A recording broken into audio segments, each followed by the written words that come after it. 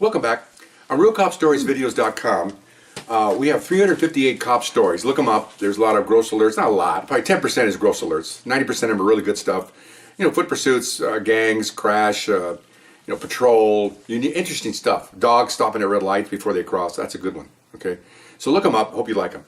Now, right now, we're working on 143 answers and questions. Okay. So ask me a question. That's what we're doing here. Is email me at rsbcopstories@gmail.com, and I'll answer your questions. I'll answer directly, and then we're also doing it now, or you're going to answer it on video. So go ahead and ask me the next question. You had female partners. How did your wife feel about this, and did it cause any problems?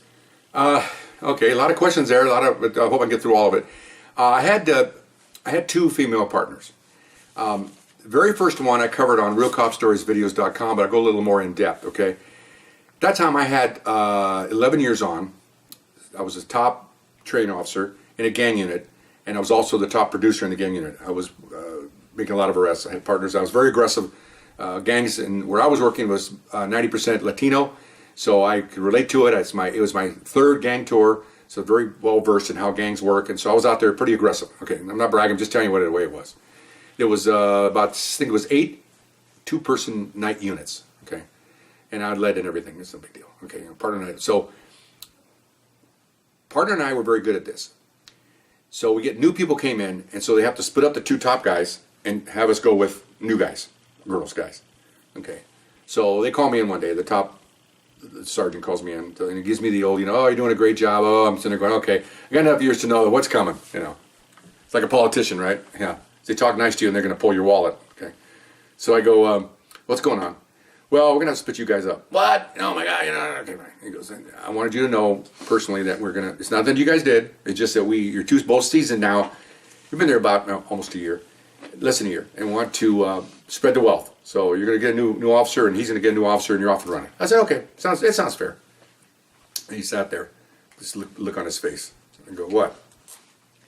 He goes, your partner's a female. What? Okay, that's as loud as I got. He goes, calm down. I said, whoa, wait a minute. I said, you're killing me here. How am I going to go out there and go at foot pursuits and grab people and everything else?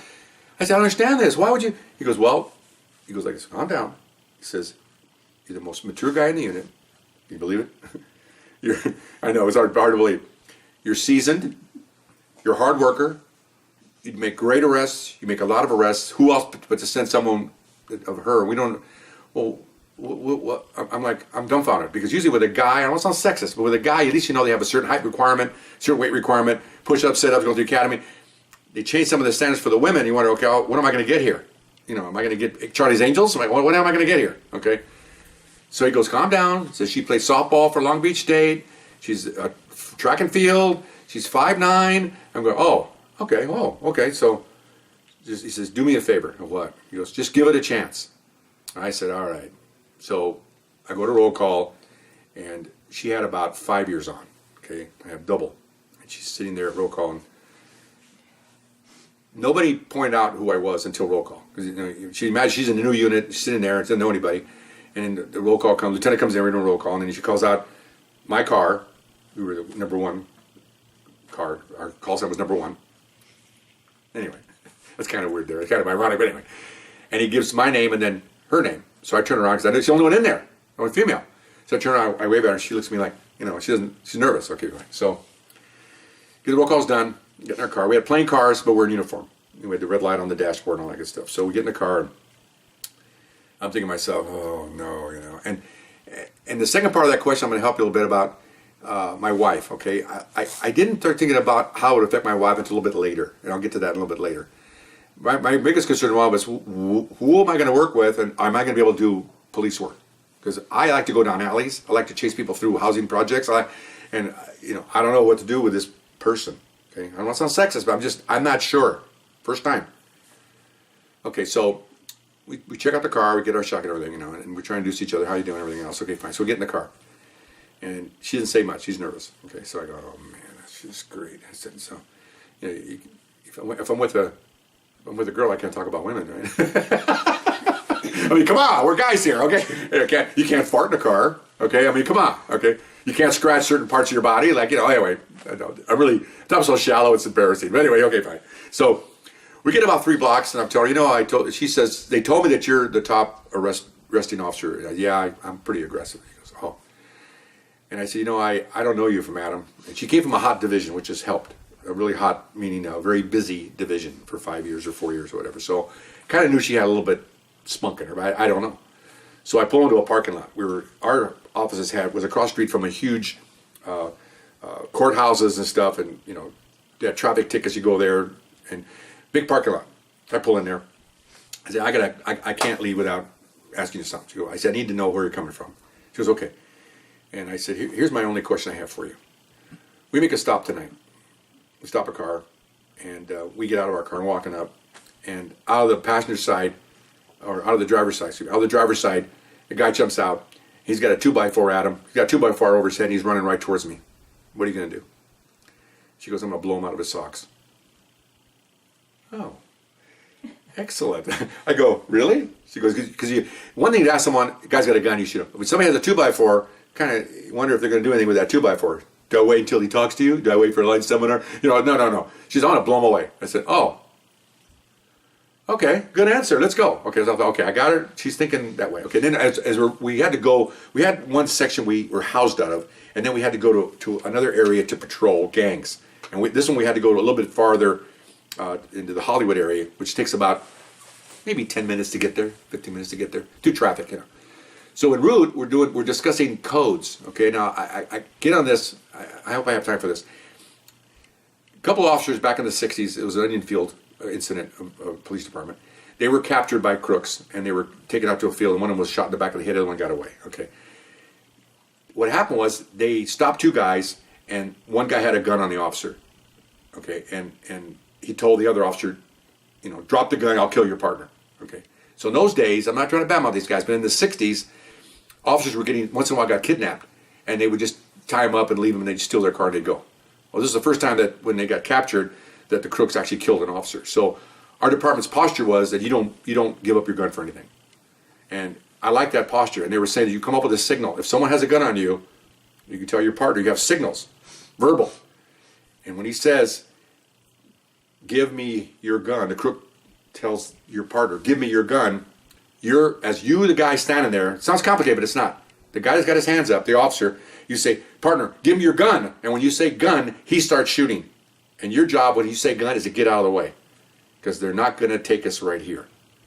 If you're going to shoot me, you're not going to shoot me handcuffed in a field. You have to shoot me right effing here. Okay?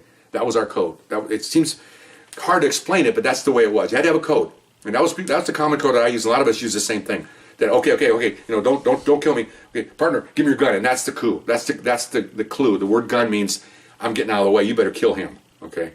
So anyway, so we talked about that all the way to Hollywood. So now we get there. You get locked in certain habits, and there was this one corner where we come around the corner. It's a liquor store, and there'd be guys dealing narcotics. And we come around the corner, they don't see us, we're in a plain car. And as soon as we hit the curb, they look over, and normally they take off running, and we chase them. That's what happened this night. I forgot I was with her. Come around the corner, jump the curb. They look, 2 guys look, 2 Latinos. They both run. I grab my guy. He tries to go into the store. He didn't make it. I grab him, and I'm taking him down. I'm cuffing him. I think, OS, where's my partner? Because I just realized that I got a female with me. Oh my gosh. And last thing I saw her was she was running around the corner. Oh, it's nighttime. So I picked this guy up. I literally picked him up by the throat. He's only a little guy. He's a little small Latino guy. Got him by the throat, got a hold of his shirt, and I'm literally running sideways around this building, thinking the worst. Okay. I come around the corner in time to see her kicking the guy in the testicles and then drop kneeing him. Drop kneeing him means he's face down, and she puts the knee on the small of his back so she can cuff him. Okay. So I see that. Oh my gosh. So then, of course, the guy's screaming, right? So I put the cuff. Are you okay? I'm fine. Okay, fine. Dope everywhere. Pick up all the dope, put them in the car, back to the station. Oh, first of all, put him in the car is a relative term. We had to carry him to the car because apparently we found out later on one of his testicles was inside his body. Okay, it wasn't hanging like most do. Okay, that's another story altogether. But that's okay. But anyway, so I call my supervisor, ex-career veteran, shows up, tell him what happened. He goes, all right, okay, because he's the one that told me I'm gonna have to be partners with him. So he goes, cool. She tells him what happened. So, I wrote the report. She handed me her part of the story, reading it. Done deal. And the guy didn't realize that he told the sergeant, asked him, what happened? Well, you know, that guy kicked me. What guy kicked you? He goes, that guy, the blonde-haired guy. He goes, we don't have a blonde-haired guy. That's a lady. Oh, no way, man, no way. He didn't want to admit that he got his ass beat by a lady. Okay, that was pretty good. I'm over there kind of laughing, going, and she's just smiling at me. I go, all right. So a month later, we snuck off and went to another part of the city and bought ourselves a couple of what we call combat boots. We bought firemen's boots, which they have steel tips. We're not supposed to have them. Okay, it's unauthorized. So she wound up kicking another guy later on with those steel tips, and anyway, in the groin. So anyway, but this one was pretty good. So that was that was our first night. That broke us brand new partnership right out of the gate. Okay, and after that, she was too short in the sense of the police car because I was so tall. So she offered for me let me drive every day. I didn't want to, but we were comfortable with that. And so she was younger and could run faster too. That makes a big difference. And we jump out of the car, but it got together very well. A year later, I get called in, and they tell me we have to split you up. What? Okay, now I didn't want her to go. I said, I can't believe this. And well, he says, it's been a year. Lighten up. And he goes, so we need her to start teaching people. We need you to get another partner. Okay. So anyway, so that happened there. Okay, now as to my wife, I told her, and she's a strong woman, and she's a policeman's wife, and I don't recall us having any problems with any of that. I told her very above board how I felt, what happened after we started breaking the ice, so to speak. And throughout the year, we went to picnics. Everybody went to picnics together. She met my partner. We had we ate together and stuff because we were partners. And I think my partner was dating at the time a gentleman, I think at the time. So everybody's there with couples, and no impact at all. I had another lady that I worked with a little bit later. Hope I have time for that. Same thing. Just very professional level. The other officer was married. This particular first one wasn't married, but the second one was to a policeman. So no, the wife was no impact at all. I think I shared at her classroom one time, and kids, little first graders, I believe it was, third graders, made little drawings about police cars and me in uniform, and one of the jokes, one of them made a joke and said had me as a character, my wife and the teacher, and the kid who wrote, "That's my husband, leave him alone." Something like that. I don't know the exact wording, but does your wife know? Oh yeah, does your wife know? Yeah, does your wife know? It's pretty funny because I went to the uniform, and I'm telling the little girls there, that they have a lady officer, so you can be police officers too. I want to make sure we start from smallness, or little kids, that they know girls can be police officers too. So that was what I was doing that for, and this little child wrote a little story like that. Pretty funny, but yeah. So how am I doing on time? How much time have I got left? You got about 5 minutes. Oh, good. 5 minutes? Oh, good. I'll tell you briefly the second lady. Not as great as the first one. A smaller gal in stature, a smart lady, but not as aggressive. But still, we got along really well because we worked together a little closer as a team. Used to be able to run off together, separately to grab people. But I realized she wasn't as big and strong as the first girl I had, lady, I don't know what to call him anymore, officer, that I was aware of that. So I just made sure that whenever we did something, we were kind of together. And it worked out fine because, you're not supposed to run down alleys by yourself anyway, because it was officers that had been shot or whatever. So I kind of leaned towards doing it as a team, and it worked out really well. She was a good gal. She was one of the gals where, if I can do it quickly, we had a traffic stop, drunk driver. We stopped him out at Westwood Saturday night. He gets out of the car in a suit. She tells him he has to take the field sobriety exam. He tells her he's not taking an exam from a C word. Okay, see you next Tuesday. And this lady officer tasered him right there in front of, about in front of maybe 120 people.